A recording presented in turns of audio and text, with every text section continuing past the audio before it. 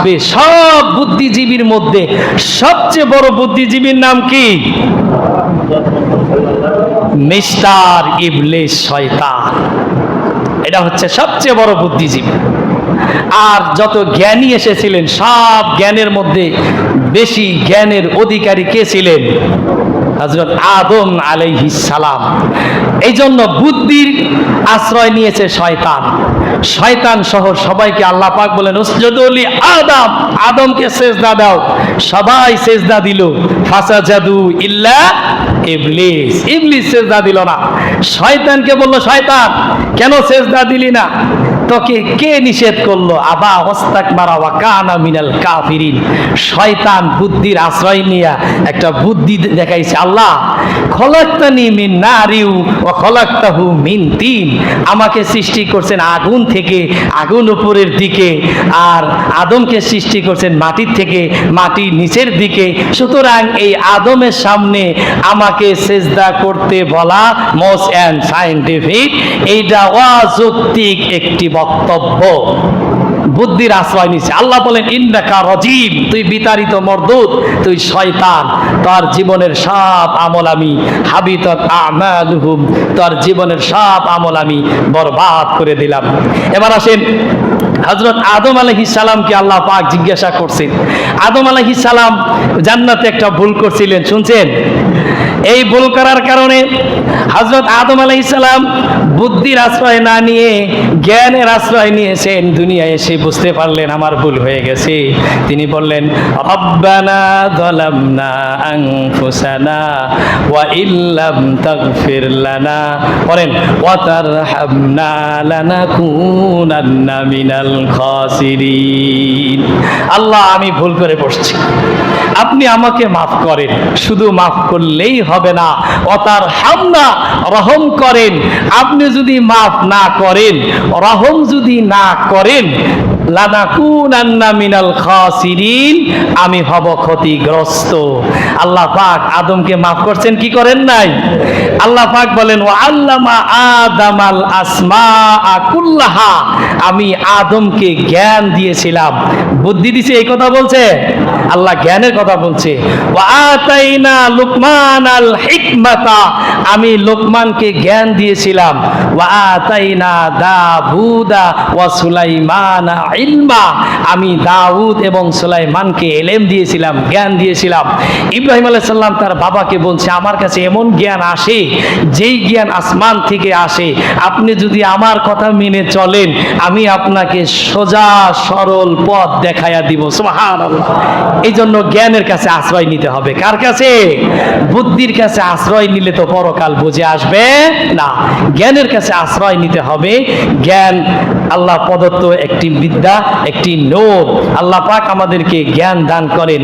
এই জন্য কোরআনুল কারিমে আল্লাহ রাব্বুল আলামিন একটা জিনিস বেশি করে চাওয়ার জন্য বলেছেন। আল্লাহ পাক বলেন হে আমার বান্দারা বলতে থাকো রব্বি, বলেন রব্বি জিদনি ইলমা, আবার বলেন রব্বি জিদনি ইলমা, রব্বি জিদনি ইলমা। হে আল্লাহ আপনি আমাদের জ্ঞান বৃদ্ধি করিয়া দেন। আমিন বলেন।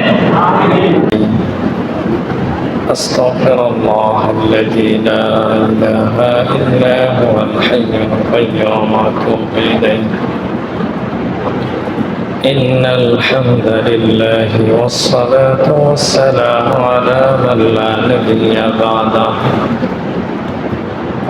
أما بعد فأعوذ بالله من الشيطان الرجيم. وعليكم السلام. بسم الله الرحمن الرحيم. عما يتساءلون عن النبأ العظيم الذي هم فيه مختلفون. كلا سيعلمون ثم كلا سيعلمون ألم نجعل الأرض مهادا والجبال أوتادا وخلقناكم أزواجا وقال رسول الله صلى الله عليه وسلم الإيمان بضع وسبعون شعبة أفضلها قول لا إله إلا الله وأدناها إماتة الأذى عن الطريق أو كما قال عليه الصلاة والسلام. وقال شاعر الألام يا ربي صل وسلم دائما أبدا على حبيبك خير الخلق كلهم مولاي صل وسلم دائما أبدا على حبيبك خير الخلق كلهم. उल्फत में बराबर है वफा हो के जफा हो, उल्फत में बराबर है वफा हो के जफा हो, हर चीज में लज्जत है अगर दिल में मजा हो, बलबल उला बिकमालिही कशफ दुजा बिजमालिही हसनत जमीअ खिसालिही सल्लु अलैहि व आलिही। मोहतरम हाजिरीन, আল্লাহ রাব্বুল আলামিনের দরবারে আমরা কালেমাতুশ শুকর আদায় করি আলহামদুলিল্লাহ। নবী আরবি সাইয়্যিদুল মুরসালিন বিশ্ব নবীর শানে দরুদ ও সালাম প্রেরণ করি সাল্লাল্লাহু আলাইহি ওয়াসাল্লাম। মোহতারাম হাজিরিন, আল্লাহ রাব্বুল আলামিনের বিশেষ দয়ায় আমরা মুসলিম জাতি হিসাবে পরিচিতি লাভ করতে পেরেছি। এই জন্য বলি আবারও আলহামদুলিল্লাহ।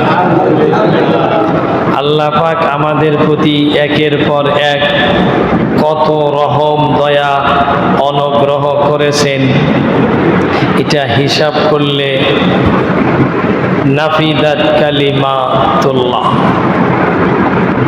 কোরআনুল কারিমে আল্লাহ পাক বলেন, দুনিয়ার সমস্ত কলম, সমস্ত গাছ যদি কলম বানানো হয়,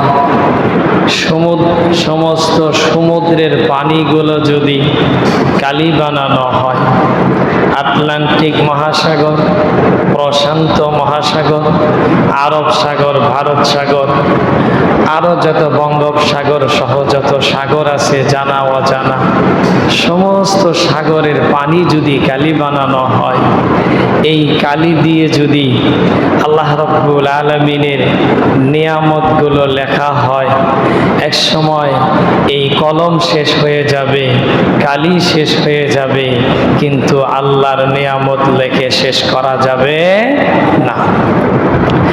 একবার লেখে কলম শেষ হলো, কালি শেষ হলো, আবার 7 সমুদ্র 13 নদী সহ যত পানি আছে সব পানি কালি বানানো হলো, আবার গাছগুলো কলম বানানো হলো। এভাবে 7 বার যদি কালি আর কলম বানানো হয়, তারপরেও আল্লাহর নিয়ামত লেখে শেষ করা যাবে না। শুধু 7 বার নয়, যত হাজার বারই আপনি বানান, কোনোদিন আল্লাহর নিয়ামত লেখে শেষ করা যাবে না। লেখে শেষ করা যাবে না, তাহলে কি বলে শেষ করা যাবে? বলে শেষ করা যাবে না। এই জন্য আমরা আল্লাহ পাকের প্রশংসায় যদি 24টা ঘন্টা সেজদায় পড়ে থাকি, তাও আল্লাহর নিয়ামতের শুকরিয়া আদায় হবে না। এর মধ্যে সবচেয়ে বড় নিয়ামত হচ্ছে আল্লাহ রাব্বুল আলামিন আমাদেরকে মুসলিম বানিয়েছেন, মুসলমান বানিয়েছেন, ইমানদার বানিয়েছেন। আল্লাহ পাক চাইলে একজন খ্রিস্টানের ঘরে আমাদেরকে জন্ম দিতে পারতেন কি পারতেন না? আমরা মুসলমান হওয়ার জন্য কোনো দরখাস্ত করছিলাম? লিখিত বা মৌখিক? আমরা কোনো দরখাস্ত করি নাই। বিনা দরখাস্তে আল্লাহ মুসলমান বানাইছেন। এই জন্য আমরা আবারও বলি আলহামদুলিল্লাহ। মোহতারাম হাজিরিন, কোরআনুল কারীম থেকে একটা আয়াত আপনাদের সামনে তেলাওয়াত করেছি। আল্লাহ পাক এই সূরায় বলছেন আম্মা ইয়াতাসাআলুন, সেই সম্পর্কে আপনাকে জিজ্ঞাসা করা হয়। কি সম্পর্কে? আনিন নাবাইল আযীম। নাবাইল আযীম মানে সেই মহা বিপর্যয়, মহা প্রলয়, অর্থাৎ কিয়ামত। কিয়ামত সম্পর্কে আপনাকে জিজ্ঞাসা করা হয়। আল্লাযী হুম ফীহি মুখতালিফুন, যেই কিয়ামত সম্পর্কে, পরকাল সম্পর্কে, আখিরাত সম্পর্কে যারা প্রশ্ন করে তারা ভিন্ন ভিন্ন মতদ্রোহী এবং বিভিন্ন পথে অনুকরণকারী। কিছু মানুষ বলে কিয়ামত হবে, কিছু মানুষ বলে হবে না। কিয়ামত আবার কি? আখিরাত আবার কি? দুনিয়ায় আসি, দুনিয়াটা মস্ত বড়, খাও দাও ফুর্তি করো, এই নিয়ে তারা দুনিয়ায় আসে। দুনিয়াটাই তাদের শেষ ঠিকানা, চূড়ান্ত মনে করে। কিন্তু কোরআনুল কারীম বলছে দুনিয়াটা চূড়ান্ত নয়, চূড়ান্ত হচ্ছে পরকাল। চূড়ান্ত কোন কাল? পরকাল।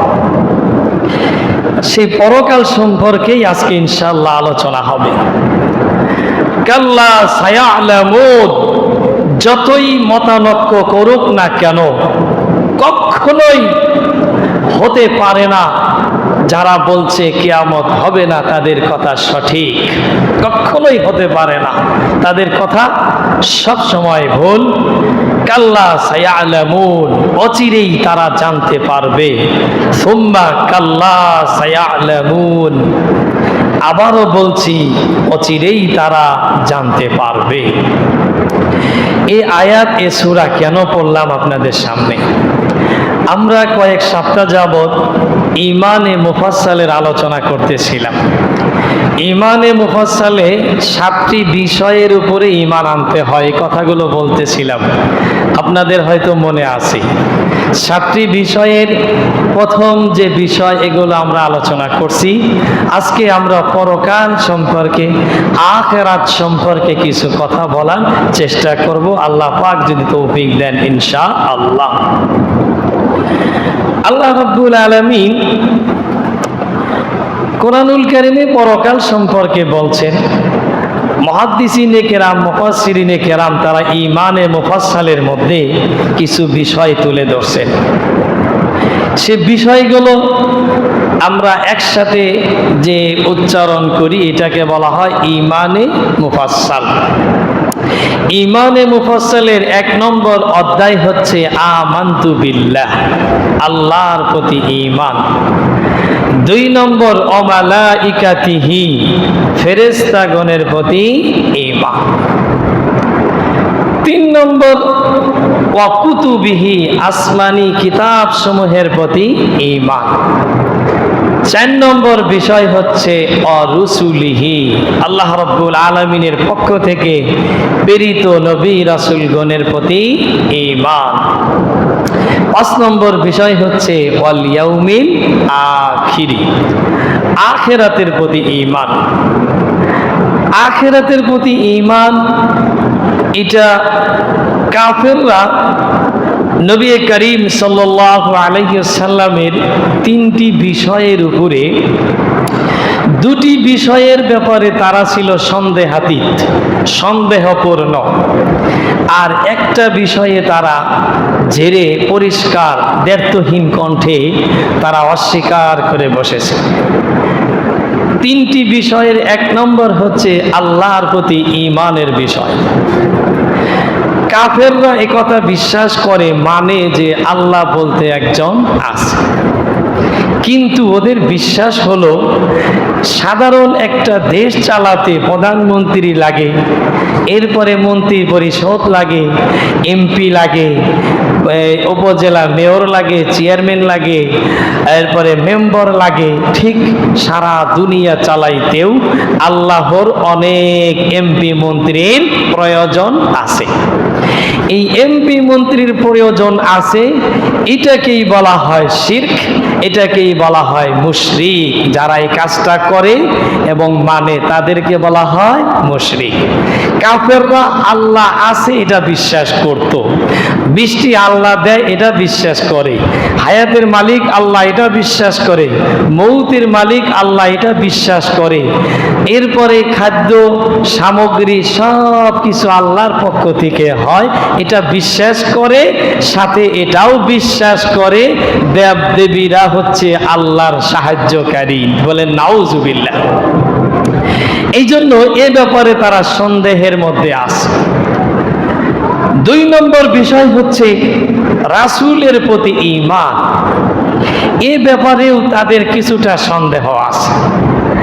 রাসূল করিম সাল্লাল্লাহু আলাইহি সাল্লাম আল্লাহর পক্ষ থেকে প্রেরিত একজন নবী, এটা ওরা মানত না, কিন্তু নবী যে একজন সলিড সঠিক মানুষ এটা ওরা 100/100 মানত। বলেন সুবহানাল্লাহ। কিভাবে? রাসূল করিম সাল্লাল্লাহু আলাইহি সাল্লাম নবী হওয়ার আগের 40 বছর তার শিশুকাল, শৈশবকাল, কিশোরকাল, যৌবনকাল এবং পৌরকাল পর্যন্ত তাদের সাথেই 40 বছর পর্যন্ত তাদের সাথে থাকছে। কোরআনুল কারীমে এক আয়াতে আল্লাহ পাক বলেন, ইয়ারিফুনাহু কামা ইয়ারিফুনা আবনাআহুম। কাফেররা তাদের ছেলে মেয়েদেরকে যেভাবে চেনে মুহাম্মাদুর রাসূলুল্লাহ সকলে বলি সাল্লাল্লাহু আলাইহি ওয়াসাল্লামকেও ঠিক তেমনই চেনে।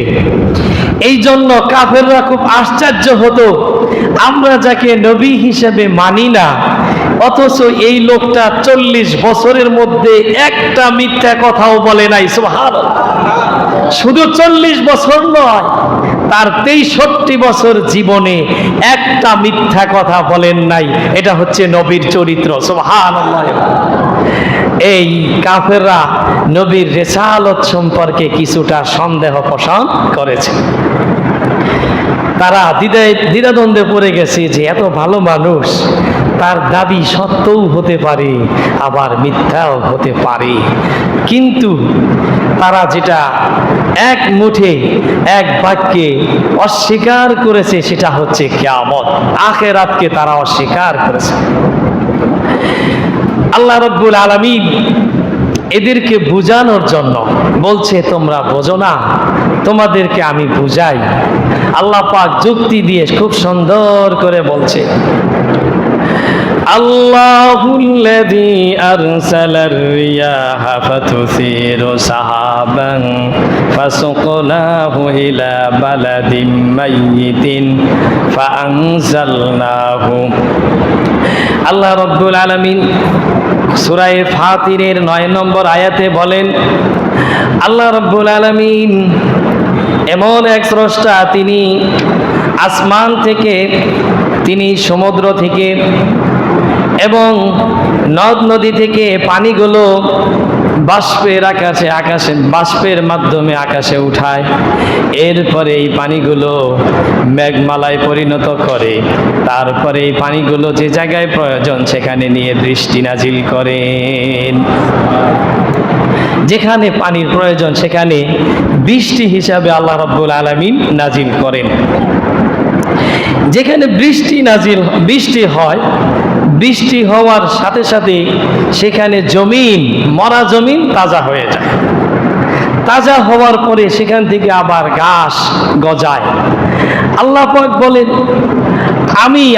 আমি জমিন থেকে বঙ্গোপসাগর আর লোহিত সাগর, এরপরে প্রশান্ত সাগর, মহাসাগর যত আছে সব সাগর থেকে আমি বৃষ্টি, এই বাষ্প আকারে পানি উঠাই, পানিগুলো আবার বৃষ্টি বানাইয়া জমিনে দেই, আর জমিন থেকে ফসল গজাতে থাকে। আমি যদি মরা জমিনকে বৃষ্টির মাধ্যমে তাজা করতে পারি, আর তুমি মানুষ মরে যাইবা, তোমাকে কি কিয়ামতের দিন আমি তাজা করতে পারবো না? আমি পারবো না? আল্লাহ পাক পারবে কি পারবে না? পারবে। এজন্য আল্লাহ পাক বলছেন, আমি তো ফাতুসিরু সাহাবান, বৃষ্টিকে নিয়ে যাই যে জায়গায় প্রয়োজন সেখানে। ফাসুকনাহু ইলা বালাদিম মাইয়িত, মরা জমিনে বৃষ্টি ঢেলে দেই। ফাহইয়াইনা বিহিল আরদা বা'দা মাউতিহা, বৃষ্টি পাওয়ার পরে সেই মরা জমিন আবার তাজা হয়ে যায়।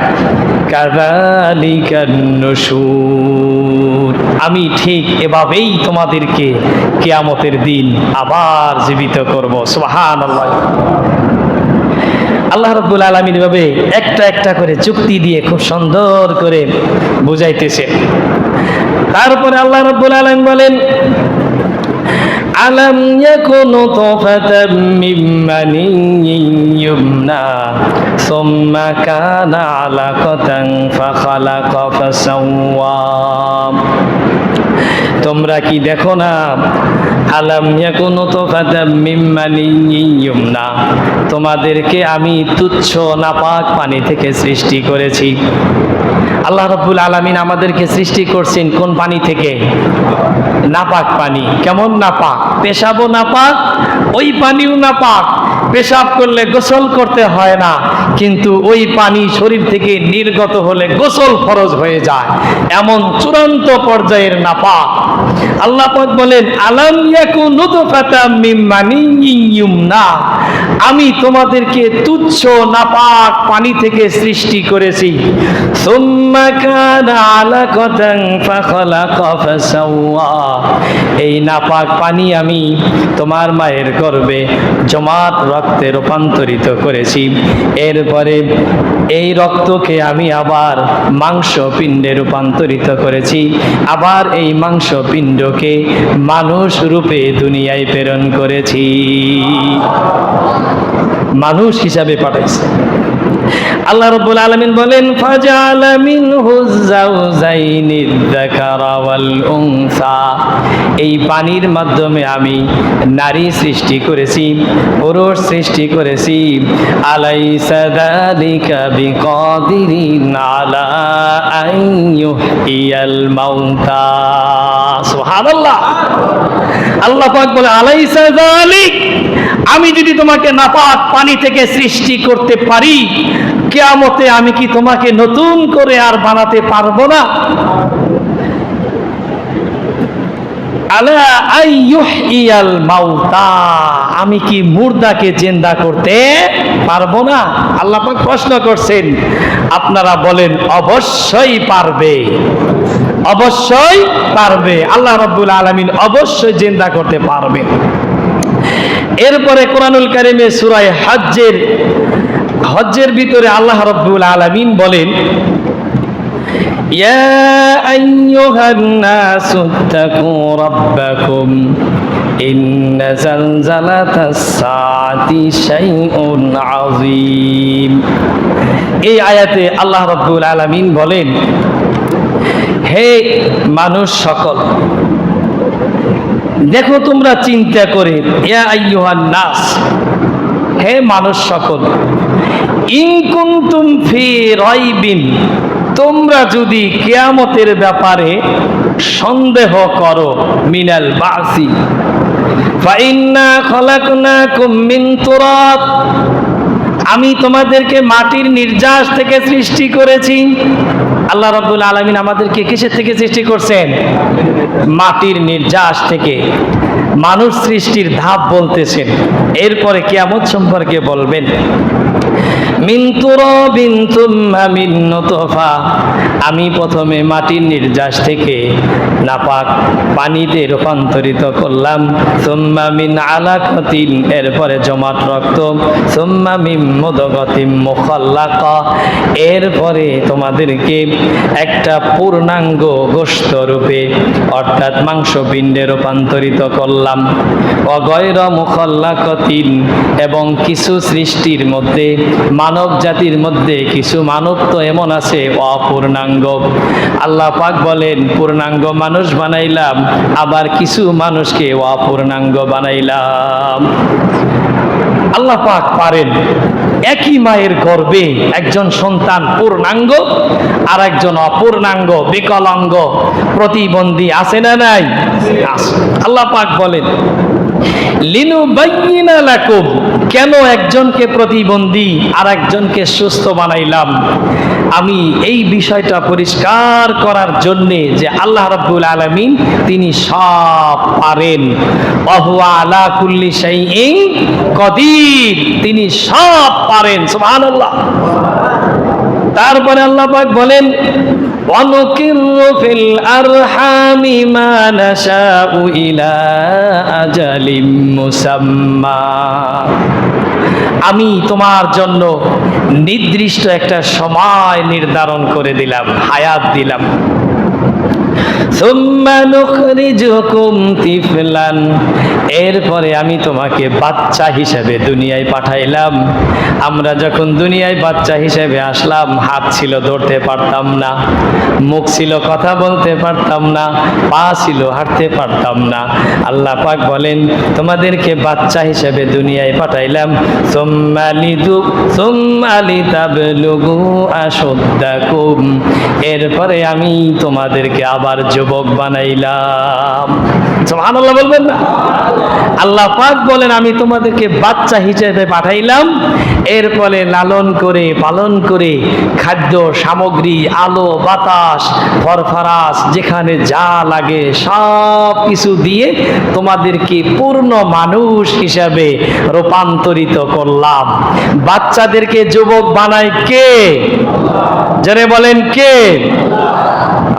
আল্লাহ রাব্বুল আলামিন। হে যুবক, একটু বোঝার বিষয়, আমি তো এক সময় ছোট ছিলাম, আমার মুখে কোনো ভাষা ছিল না, আমার ক্ষুধা লাগলেও কান্না, পেশাব ধরলেও কান্না, পেটে ডিস্টার্ব দিলেও কান্না, আমার একটাই ভাষা ছিল শুধু কান্না কান্না কান্না।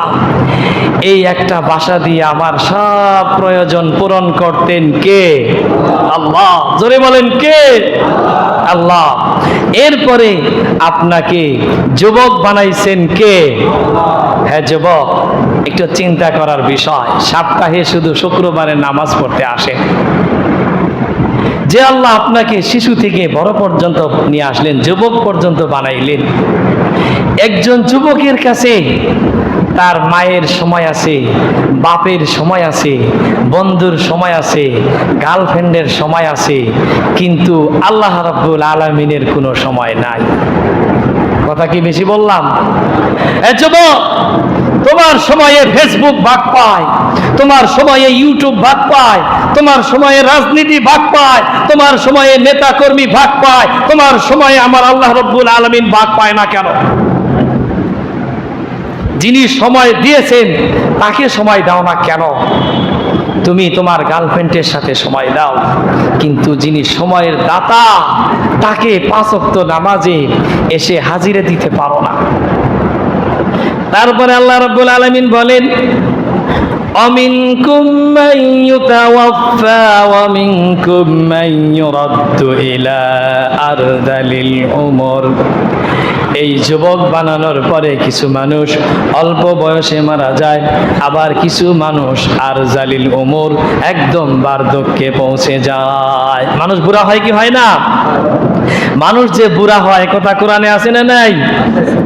আল্লাহ পাক বলেন মানুষ যে বুড়া হয় তারপরে কি হয় দেখেন, লিকাইলা ইয়ালামা মিন বাদি ইলমিন শাইআ, মানুষ বুড়া হতে হতে এমন বুড়া হয়ে যায়, ওই বাচ্চা কালে যেমন মুখ ছিল কথা বলতে পারে নাই, হাত ছিল ধরতে পারে নাই, পা ছিল চলতে পারে নাই, এমন বুড়া অনেক মানুষ আছে যে বুড়ো মানুষ মুখ দিয়ে কথা বলতে বলেন কথা বলতে পারে। বহুত বুড়া মানুষ আছে কথা বলতে পারে না, কিছুই মনে থাকে না, এমন বুড়া মানুষ নাই? দিনে যদি 10 বার খাওয়ায় তারপরেও জিজ্ঞাসা করবেন খাইছেন, কয় না খাই নেই। বাচ্চাদের মতো, বাচ্চার যেমন কিছুই মনে থাকে না, ঠিক বুড়ো মানুষ, কিছু বুড়ো মানুষ আছে একদম বাচ্চার মতো, বাচ্চাগুলো কথা বলতে পারে না, শিশু বাচ্চা, এরপরে কোনো কিছু করতে পারে না, তারপরে মায়ে, তারপরে বাবা, ভাইয়ে, বোনে খুব আদর কইরা খাওয়ায়। কিন্তু বুড়ো মানুষ যারা বিছানায় পড়ে গেছে কথা বলতে পারে না, এরপরে কোনো কাজ করতে পারে না, খাওয়ায় কিন্তু খুব আদর করে, বিরক্ত হয়ে খাওয়ায়, তাহলে বাচ্চার চেয়েও আরো নিকৃষ্ট হয়ে যায়। তাই আল্লাহ পাক বলেন, এবার আসেন কিয়ামতের সেই আখিরাত সম্পর্কে আমরা যে কথাগুলো বলতেছি ওই কথাটা কেবল আসছে। আল্লাহ পাক বলেন, ওয়াতারাল আরদা হামিদাতান ফাইদা আনজালনা আলাইহাল মাআ তাযাত ওয়া রাবাত ওয়া আমবাতাত মিন কুল্লি যাওজিম বাহিজ। আল্লাহ পাক বলেন, তোমরা দেখো মরা জমিন, এই জমিনের উপরে আমি বৃষ্টি বর্ষণ করি, বৃষ্টি বর্ষণ করার সাথে সাথে সেই জমিন সতেজ হয়ে যায়, তাজা হয়ে যায়। ওয়ারাবাত ওয়া আমবাতাত, সেখানে বিভিন্ন রকমের গাছগাছালি, তরুলতা, বৃক্ষরাজি হয়ে সোজালা সুফলা, শস্য শ্যামলা, সোনার বাংলা হয়ে যায়। আমি বৃষ্টি দেই, এই বৃষ্টির মাধ্যমে সুজলা সুফলা, শস্য শ্যামলা, সোনার বাংলা হয়ে যায়। এই যে সোনার বাংলা হলো, আল্লাহ পাক বলেন যে দেখো জমিন পানির অভাবে, বৃষ্টির অভাবে মাঘ ফাল্গুন এবং চৈত্র মাসে জমিনগুলো ফেটে চৌচির হয়ে যায়, পানির জন্য হাহাকার করতে থাকি, এক ফোঁটা পানি, এক ফোঁটা পানি, পানি পানি করে চিৎকার করতে থাকি। এরপরে এঁটেল মাটি, বেলে দোআঁশ মাটি, এগুলো বাতাসে উড়ে এক জায়গা থেকে অন্য জায়গায় চলে যাইতেছে পানির অভাবে। এরপরে আল্লাহ রাব্বুল আলামিন আসমান থেকে বরকতের পানি দেন, এই পানির মাধ্যমে সেই মরা জমিন আবার তাজা হয় কি হয় না? মরা জমিন তাজা কে করেন? আল্লাহ রাব্বুল আলামিন করেন। আল্লাহ পাক বলেন, যালিকা বিআন্নাল্লাহা হুয়াল হক, মরা জমিন যে তাজা হয় এটা তো এই জন্যই হয় যে আল্লাহ রাব্বুল আলামিন সত্য। সুবহানাল্লাহ বলেন। আল্লাহ আছে, কথা বিশ্বাস আছে কার কার? হাত উঠে দেখান। হ্যাঁ, আল্লাহ পাক, আল্লাহর প্রতি পূর্ণ ঈমান আনার তৌফিক দান করেন, আল্লাহুম্মা আমিন। আল্লাহ পাক বলছেন আমি সত্য, এই জন্য মরা জমিন আবার তাজা হয়, আমি তাজা করি। ইউহিল মাউতা ওয়া আন্নাহু আলা কুল্লি শাইইন কাদির, তিনি সব করতে পারেন। আল্লাহ পাক বলেন আমি সব করতে পারি, মরা জমিন তাজা করতে পারি। তারপরে আল্লাহ রাব্বুল আলামিন বলেন, ওয়া আন্নাস সাআতা আতিয়াতুল লা রাইবা ফিহা, কিয়ামত অবশ্যই আসবে, যে ব্যাপারে কোনো সন্দেহ, জোরে বলেন সন্দেহ।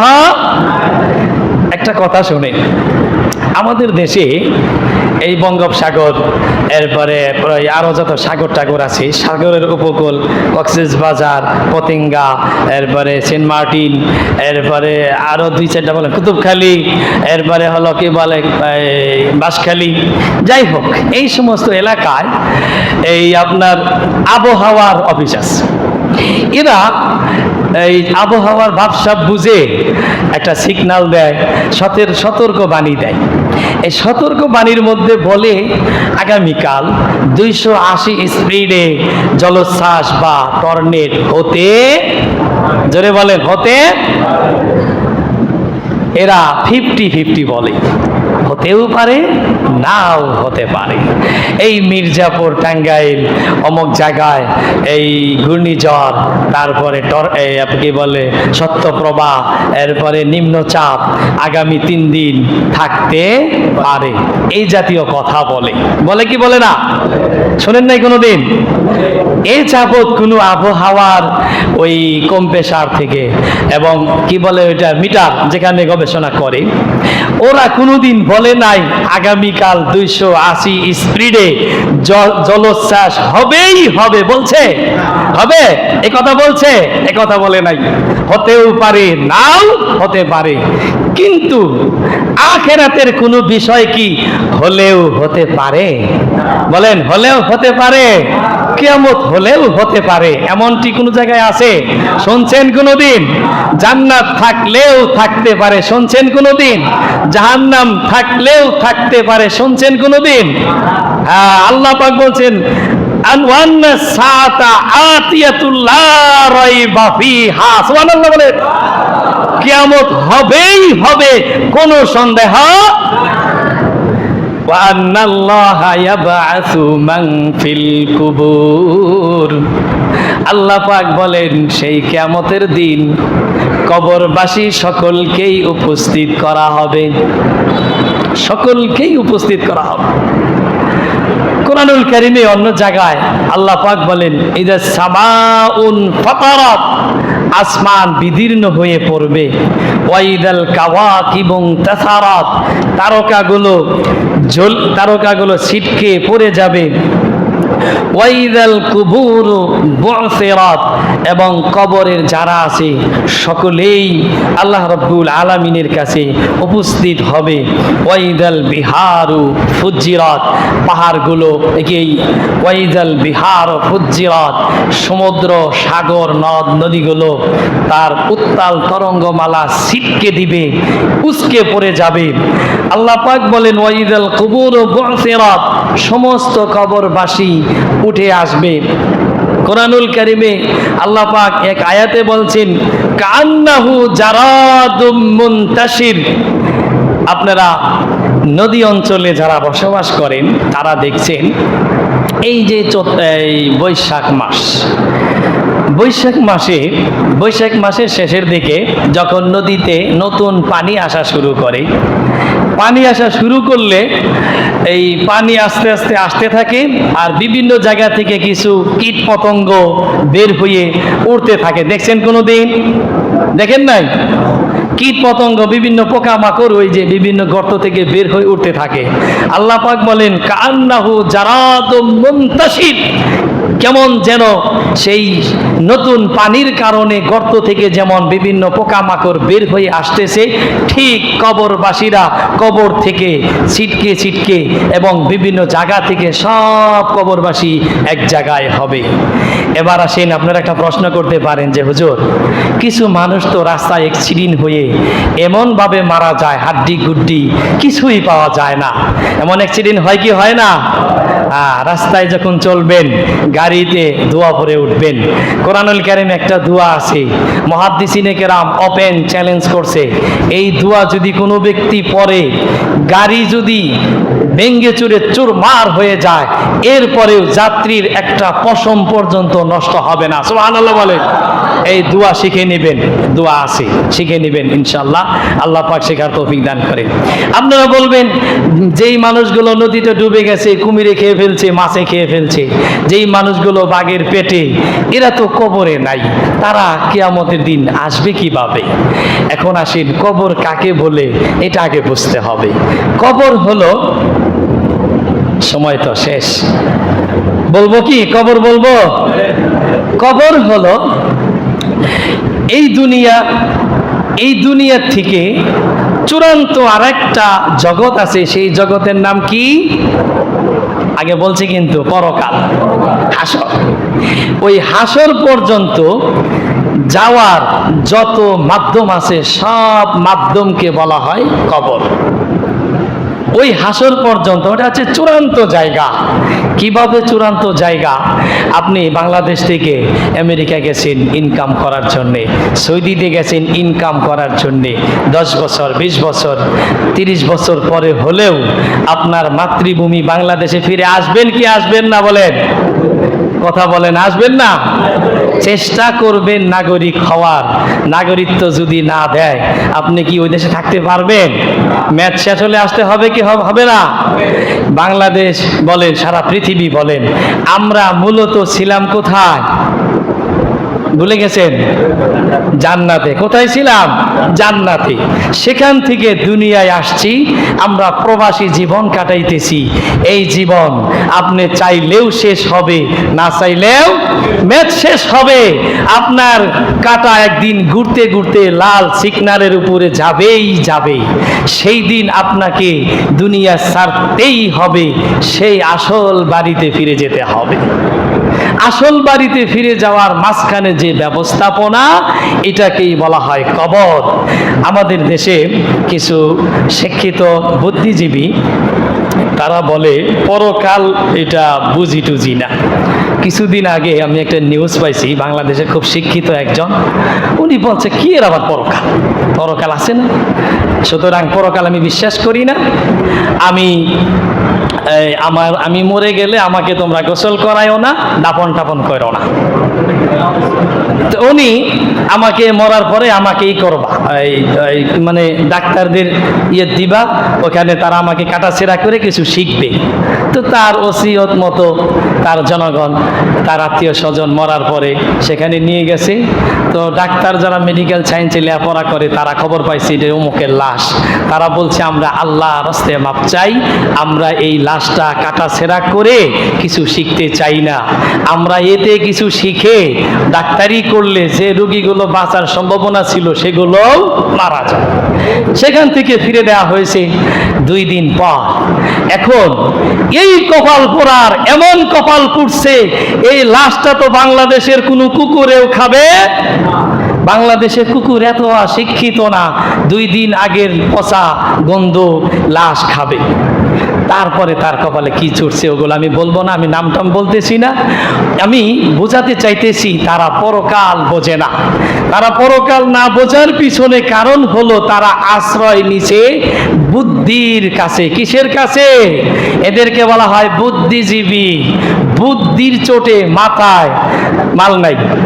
এই বাংলাদেশ শাহজালাল এয়ারপোর্টের মতো পরিষ্কার, 2-4টা যাও এখানে আছে পাটের, সাদা পাটের, একদম দবদবে পাটের মতো। যদি কাক দেখে কোন ফাঁকে কখন মনে হয় ডিম পাইরা দিয়ে চলে যায়। এরকম বুদ্ধিজীবী, তারা তো বুদ্ধির আশ্রয় নিছে, এই জন্য তারা পরকাল বোঝে না, আখেরাত বোঝে না। আখেরাত বুঝতে হলে আসতে হবে কার কাছে? কোরআনের কাছে। আমি আর 2টা কথা বলে শেষ দেই। দুনিয়ায় যত বুদ্ধিজীবী এসেছিল আর যত আসবে, সব বুদ্ধিজীবীর মধ্যে সবচেয়ে বড় বুদ্ধিজীবীর নাম কি? মিস্টার ইবলিস, শয়তান। এটা হচ্ছে সবচেয়ে বড় বুদ্ধিজীবী। আর যত জ্ঞানী এসেছিলেন, সব জ্ঞানের মধ্যে বেশি জ্ঞানের অধিকারী কে ছিলেন? হযরত আদম আলাইহিস সালাম। এই জন্য বুদ্ধির আশ্রয় নিয়েছে শয়তান। শয়তান সহ সবাইকে আল্লাহ পাক বলেন উসজুদু লি আদম, আদমকে সিজদা দাও।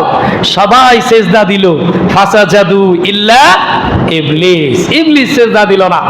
শয়তানকে বলল শয়তান কেন সিজদা দিলি না? তোকে কে নিষেধ করলো? আবা ওয়াস্তাকবারা ওয়া কানা মিনাল কাফিরিন। শয়তান বুদ্ধির আশ্রয় নিয়ে একটা বুদ্ধি দেখাইছে, আল্লাহ খলাকতানি মিন নারিউ ওয়া খলাকতাহু মিন তিন। আমাকে সৃষ্টি করছেন আগুন থেকে, আগুন উপরের দিকে, আর আদমকে সৃষ্টি করছেন মাটির থেকে, মাটি নিচের দিকে। সুতরাং এই আদমের সামনে আমাকে সেজদা করতে বলা মোস্ট অ্যান্ড সায়েন্টিফিক, এইটা অযৌক্তিক একটি বক্তব্য। বুদ্ধির আশ্রয় নিচ্ছে। আল্লাহ বলেন ইন্নাকা রাজিম, তুই বিতাড়িত মরদুদ, তুই শয়তান, তোর জীবনের সব আমল আমি হাবিতাত আমালুহুম, তোর জীবনের সব আমল আমি বরবাদ করে দিলাম। এবার আসেন হযরত আদম আলাইহিস সালামকে আল্লাহ পাক জিজ্ঞাসা করছেন। আদম আলাইহিস সালাম জান্নাতে একটা ভুল করছিলেন, শুনছেন? এই ভুল করার কারণে হযরত আদম আলাইহিস সালাম বুদ্ধির আশ্রয় না নিয়ে জ্ঞানের আশ্রয় নিয়েছেন। দুনিয়ায় এসে বুঝতে পারলেন আমার ভুল হয়ে গেছে। তিনি বললেন, রব্বানা যালামনা আনফুসানা ওয়া ইল্লাম তাগফির লানা বলেন ওয়া তারহামনা লানাকুনান্না মিনাল খাসিরিন। আল্লাহ, আমি ভুল করে বসছি, আপনি আমাকে মাফ করেন। শুধু মাফ করলেই হবে না, অতার হামনা, রহম করেন। আপনি যদি মাফ না করেন, রহম যদি না করেন, লানাকুনান্না মিনাল খাসিরিন, আমি হব ক্ষতিগ্রস্ত। আল্লাহ পাক আদমকে মাফ করছেন কি করেন নাই? আল্লাহ পাক বলেন, ওয়া আল্লামা আদামাল আসমাআ কুল্লাহা, আমি আদমকে জ্ঞান দিয়েছিলাম, বুদ্ধি দিয়েছি। এই কথা বলছে আল্লাহ, জ্ঞানের কথা বলছে। ওয়া আতাইনা লুকমানাল হিকমাতা, আমি লোকমানকে জ্ঞান দিয়েছিলাম। ওয়া আতাইনা দাউদা ওয়া সুলাইমানা ইলমা, আমি দাউদ এবং সুলাইমানকে ইলম দিয়েছিলাম, জ্ঞান দিয়েছিলাম। ইব্রাহিম আলাইহিস সালাম তার বাবাকে বলছে, আমার কাছে এমন জ্ঞান আসে যেই জ্ঞান আসমান থেকে আসে। আপনি যদি আমার কথা মেনে চলেন, আমি আপনাকে সোজা সরল পথ দেখায়া দিব। সুবহানাল্লাহ। এই জন্য জ্ঞানের কাছে আশ্রয় নিতে হবে। কার কাছে? বুদ্ধির কাছে আশ্রয় নিলে তো পরকাল বুঝে আসবে না। জ্ঞানের কাছে আশ্রয় নিতে হবে। জ্ঞান আল্লাহ প্রদত্ত একটি বিদ্যা, একটি নূর। আল্লাহ পাক আমাদেরকে জ্ঞান দান করেন। এই জন্য কোরআনুল কারিমে আল্লাহ রাব্বুল আলামিন একটা জিনিস বেশি করে চাওয়ার জন্য বলেছেন। আল্লাহ পাক বলেন, হে আমার বান্দারা বলতে থাকো রব্বি, বলেন রব্বি জিদনি ইলমা। আবার বলেন রব্বি জিদনি ইলমা, রব্বি জিদনি ইলমা। হে আল্লাহ, আপনি আমাদের জ্ঞান বৃদ্ধি করিয়া দেন। আমিন বলেন। আল্লাহ পাক আমাদেরকে জ্ঞান দান করেন, আখিরাতের জ্ঞান দান করেন, পরকাল বোঝার তৌফিক দান করেন, ঈমান পাকা পুক্তা করে কবরে যাওয়ার তৌফিক